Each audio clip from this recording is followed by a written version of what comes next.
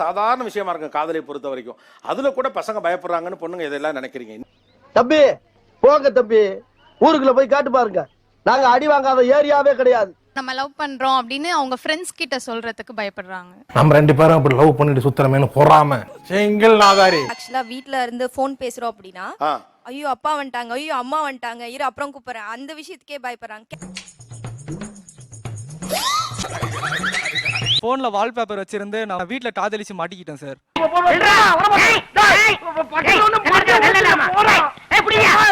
கரெக்டா பஸ்ல போகும்போது அவகிட்ட பேசிட்டே போவேன். ஸ்டாப் வந்தோடனே அப்பயே நான் மாத்திட்டு நான் மாட்டுக்கு போயிடுவேன் சார். யாரா நீ இவ்வளவு டேலண்டடா? நம்ம வந்து அங்கதான் பேச மாட்டோமே தவிர்த்து கட் பண்ணிட்டு இருப்பா அம்மா வந்திருக்காங்க நான் மாடிக்கு வரேன்னு சொல்லிட்டு மாடியில வந்து பேசுவோம். ஆனா நம்ம பண்றது 4 பேருக்கு புரியப்படாது, தெரியப்படாது. இல்லைன்னா ஒரே வீட்டுல 15 வருஷமா இருந்துகிட்டு அந்த குடும்பத்தை ஏமாத்திக்கிட்டு தின்னுக்கிட்டு வாழ முடியுமா? அப்பா முன்னால நம்ம பர்சனலா பேச முடியாது. அது ஒரு நாசூக்குத்தனம். அதுக்காக நாதாரித்தனம் பண்ணாலும் நாசுக்கா பண்ணணும்டா. ஓ இவன் கமிட்டட், அவனுக்கு அது செகண்ட் ஆப்பர்ச்சுனிட்டி கிடையாது இனிமே. சோ கமிட்டட் அந்த ஒரு டேகுக்குள்ள போறதுக்கே a lot of fear. ஆஹா, இப்போ நான் லவ் பண்ற பொண்ணு ஒரே ஆபீஸ் தான். ரொம்ப கொடுத்து வச்சோப்பா. ஜஸ்ட் நாங்க 2 பேரும் பாத்துக்கிட்டாலே அது ஒரு பெரிய காசிப் ஆயிடும். உங்க வேலை மட்டும் பாக்குறீங்களா? தேவையில்லாம் பேசாதீங்க. அபிஷியலா ஆபீஸ் விஷயம் பத்தி பேசினாலுமே எங்க டீல வந்துட்டு this is office, please maintain decorum. Committed ஆயிடுச்சுன்னா இவங்க கூட பேசக்கூடாது, அவங்க கூட பேசக்கூடாது, பொசசிவ்னஸ் உள்ள வந்துருமோ. எனக்கு அதெல்லாம் தேவையில்ல, எப்போ வரீங்க, எப்போ வரீங்க, எப்போ வரீங்க. அதனாலேயே கமிட்மெண்ட், அந்த கமிட்மெண்ட் காதல் இருக்கிற அந்த கமிட்மெண்ட் எடுத்துக்கிறதுக்கு ஒரு ஸ்டெப் பின் வாங்குறாங்க. உங்கள் காதலிடம் அவர் இதுக்கெல்லாம் பயப்படுறது எனக்கு எரிச்சலாக இருப்பது என்ன தோன்றது என்ன? வண்டு கோர்ட்ல இப்படி எல்லாம் அடிக்கடி கத்தப்படாது, கடுப்பேத்துறார் மைலாட். ஒரு ஆர்குமெண்ட் எங்கக்குள்ள, டேய் வெயிட் டடியா உனதாண்டா ஒத்துக்கு வந்து வரியாடா, நான் வந்து சொல்றேன் how do I feel அப்படின்னு நான் சொல்ல ட்ரை பண்ணும்போது அந்த ஒரு கான்வர்சேஷன்ல இருந்து ஓட ட்ரை பண்றா.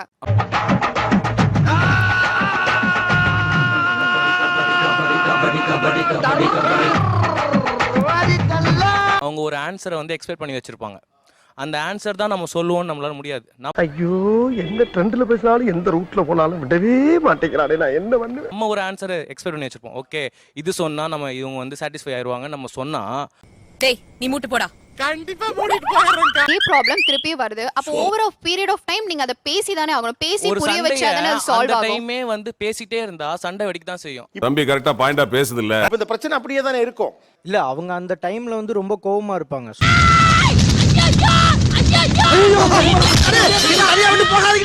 நம்ம பேசுற எல்லாமே வந்து பாத்தீங்கன்னா தப்பா தான் தெரியும். அதுக்கு உனக்கு வாய் ரொம்ப அதிகமா இருக்கு. அதான் எங்க அப்பா ஃபர்ஸ்டே சொன்னாரு இந்த மாதிரி பசங்க எல்லாம் இப்படி தான் இருப்பாங்கன்னு கரெக்ட்டா தான் சொல்லிருக்காரு. சண்டை போடுவது ஏன் உங்களுக்கு பயமா இருக்கு? அப்படி வச்சுங்க. Doubt please. இப்படி ஒரு கன்றாவியான மண்டையை எங்காவது பார்த்தது உண்டா யுவரானர்? அந்த சண்டை போட்டா அவங்க நம்மள விட்டு போயிருவாங்களோ அப்படின்ற ஒரு எண்ணத்தினால அவங்ககிட்ட சண்டையவே வேணாம். பயமா. ஓகே. கூட நான் இன்னும் ஒரு நிமிஷம் கூட இருக்க மாட்டேன். எங்க அப்பாவே நீ பேசிட்டீல போடு. பிரேக்கப். சண்டை போட்டு வந்து அவங்கள ஒழுங்கா பேச கூட முடியாது, ஒர்க் பண்ண முடியாது. அதனால ஒர்க்ல நிறைய ப்ராப்ளம்ஸ் வரும். சோ சண்டே அவாய்ட் பண்ண அதே மண்டையிலே ஓடிட்டே இருக்கும். நீ டென்ஷன் ஆகி என்ன டென்ஷன் ஆக்கிறாத? திரும்ப வர மாட்டாங்களோன்னு அதை இழந்துருவோமோன்னு பயத்துல வந்து பயம் இருக்கு, விட்டுட்டு போயிடுவாங்கன்னு பயம் கண்டிப்பா இருக்கும். அங்க ஒரு நம்ம பாத்துட்டு வரட்டும்டா, எனக்கு ஒரு மாதிரியாட்டா இருக்கும். சரி அவன் என்ன சொல்றான் கேப்போம். நீங்களே எவ்வளவு சீக்கிரம் ப்ராப்ளம் சால்வ் பண்ண அப்படி ட்ரை பண்றாங்க. பட் போக போக வந்து அது அப்படியே குறைஞ்சிட்டே போகுது. 100 வருஷமா வேற என்ன? உங்களுக்கு உங்கள் காதலி இந்த விஷயத்துக்கு கூட பயப்படுவது எரிச்சலாக இருக்கிறது எது? என்னதான் சொல்றது? சின்ன சின்ன விஷயத்துக்கு, அதாவது இப்போ அப்பா அம்மா பாத்துருவாங்களோ இல்ல அவங்களுக்கு தெரிஞ்சிருமோ, என்னைக்கா இருந்தாலும் தெரியதான் போகுது. ஆஹா, இந்த பயம் நியாயமானது தானப்பா. எனக்கு நான் இப்போ உங்களோட ஒரு ரிலேஷன்ஷிப்ல இருக்கிறேன். வீட்டுல எப்ப சொல்லணுங்கிறதுக்கு அவங்களுக்கு ஒரு ஐடியா இருக்கும்.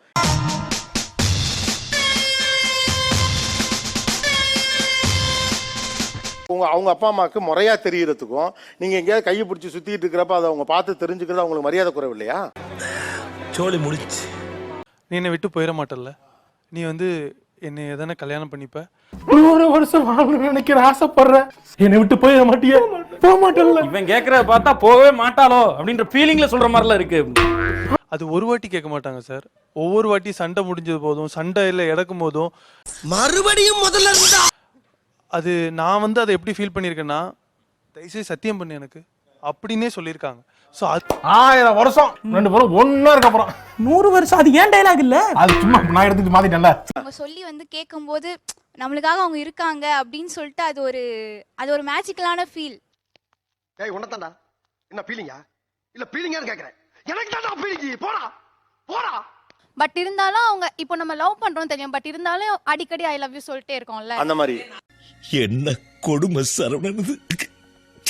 அந்த நம்பிக்கையை வந்து திரும்ப ரீபில்ட் பண்ணும். ஏன்னா நம்ம அதுக்கு முன்னாடி ஒரு சண்டேல இருந்திருப்போம், இல்லைன்னா அந்த ஒரு கம்யூனிகேஷன் லேக் இருந்திருக்கும்.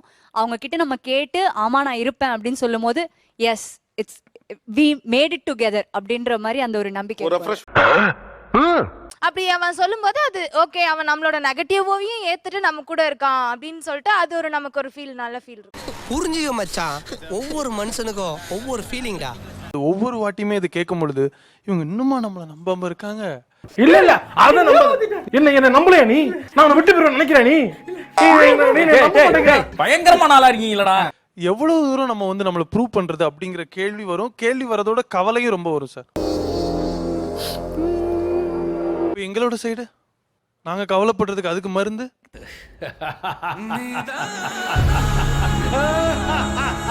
நீங்க எப்படி ஃபீல் பண்றீங்கன்றத அவங்க கிட்ட சொன்னீங்கன்னா நிச்சயமா அதை அவங்க புரிஞ்சுக்க. அதுதான் சொல்றேன். unnecessary money waste, time waste, energy waste, petrol waste, everything waste. ஏய் அதெல்லாம் போக மாட்டேன் அப்படின்னு சொல்றான். இந்த மாதிரி கேஷுவலா சொன்னா நீங்க என்ன பண்ணுவீங்கன்னு மட்டும் சொல்லுங்க. இந்த டைம் வந்து ரொம்ப ஈஸியா சொல்றான். லாஸ்ட் டைம் மாதிரி அவன் ரொம்ப அஷர்டா சொல்லல. சொல்லுவீங்கல்ல? சத்தியம் பண்ணிருக்கேன், ப்ராமிஸ் பண்ணிருக்கேன் நான். எச்சி துப்பி அழிச்சறேன். ஒவ்வொரு முறையும் உன்னை விட்டு போக மாட்டேன், உன்னை விட்டு போகவே மாட்டேன், உன்னை விட்டு போகவே மாட்டேன், ஆல்பா ஸ்கொயர் உன்னை விட்டு போக மாட்டேன், அப்புறம் மண்ணில் புரண்டு உன்னை விட்டு போக மாட்டேன், உன்னை விட்டு போக மாட்டேன். எத்தனை தடவை சொல்றது? 2. இப்போ நம்ம லவ்க்குள்ள கமிட் ஆகிறதுக்கு முன்னாடி என்ன சொல்லுவாங்க, நான் என் அப்பா மட்டும்லாம் பேசிடுவேன் ஓகே அப்படின்னு சொல்லிட்டு நம்மளும் கன்வின்ஸ் ஆயிடும். அது பார்த்துட்டு எங்க அப்பாட்ட சும்மா நான் லவ் மேட்டர் பத்தி பேசினேன், ஜென்ரலா தான் பேசினேன், நான் லவ் பண்றேன்லாம் சொல்லல. பயப்படாத. ஒரு நல்ல டீப்பா ஒரு 2 இயர்ஸ் கிட்ட அந்த லவ் போயிடும். அதுக்கப்புறமா வந்து அடிக்கடி எங்க அப்பா அம்மா என்ன நினைப்பாங்களோ தெரியல, எங்க அப்பா என்ன ரொம்ப நம்புறாரு பேபி. உங்க அப்பா ரொம்ப நம்புறாரா? நம்புறான்ட்டாங்களா? இந்த சொல்றது கேளு, இப்பவே கலட்டி விட்டுரு. அங்க நம்பிக்கை ஆச்சுனாலே இங்க நம்பிக்கை போயிடும். சொல்றது இது வந்து இன்னும் நம்ம சொல்ல வந்து அவங்களை இன்னும் பில்ட் பண்ணிப்பாங்க அந்த சிச்சுவேஷன் வரும்போது அது ஃபேஸ் பண்றதுக்கு. ஓ ஓகே. ஏண்டா டேய் எனக்குன்னே வருவீங்களாடா? ஏன்ட்ட சரசம் பண்றக்கே ஓட்டாப்பே உங்களை பெற்றுறாங்களா? ஏன்டா அப்படி பட்டறதுலயே வந்து பஞ்சு பண்றீங்க? ஏன்டா? சோ நான் இதை வந்து அவங்கள நான் தயார்படுத்துறேன். காம்ப்ளிகேஷன்ஸ் வருது, ரெடியா இரு. ஆண்களின் எந்த அதாவது பயத்தை தாண்டி இந்த இதெல்லாம் சின்ன சின்ன கோழைத்தனம் இருக்கு இந்த காதலிடம். இது எனக்கு பிடிக்கல. ஒரு ஸ்ட்ராங் விமனை பார்த்து ஏன் பயப்படுறீங்கன்னு கேக்குறேன். ஐயோ அமர கட்டி ஆஞ்சிராத சொன்னா கேளு. நான் ஊர்ல மான மரியாதையோட வாழ்ந்தாய். என்ன விட்டுமா? செல்ஃப் ரெஸ்பெக்ட்ங்கிறது பெண்ணுக்கும் உண்டு ஆணுக்கும் உண்டுல. இதுல உங்க செல்ஃப் சமம் போயிருமோங்கிற பயம் எங்களுக்கு வந்துரும். சமம் போயிருமோங்கிற பயமா, ஏன் பவர் போயிருமோங்கிற பயமா? வந்துருச்சு இல்லைங்க. I am independent, self proven, self made, strong women. இதான்பா வருங்கால தமிழ்நாடு. இன்னைக்கு பொழுது இவங்க கூட தானா? அப்போ உங்க யாருக்கும் பொண்ணு கிடைக்காது.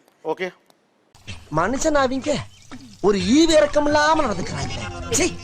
நம்ம கூட சேர்ந்து பேசுறதுக்காக மீடியா பர்சனாலிட்டி ஆர்ஜே சாரு அவர்கள் வந்திருக்கிறார்கள்.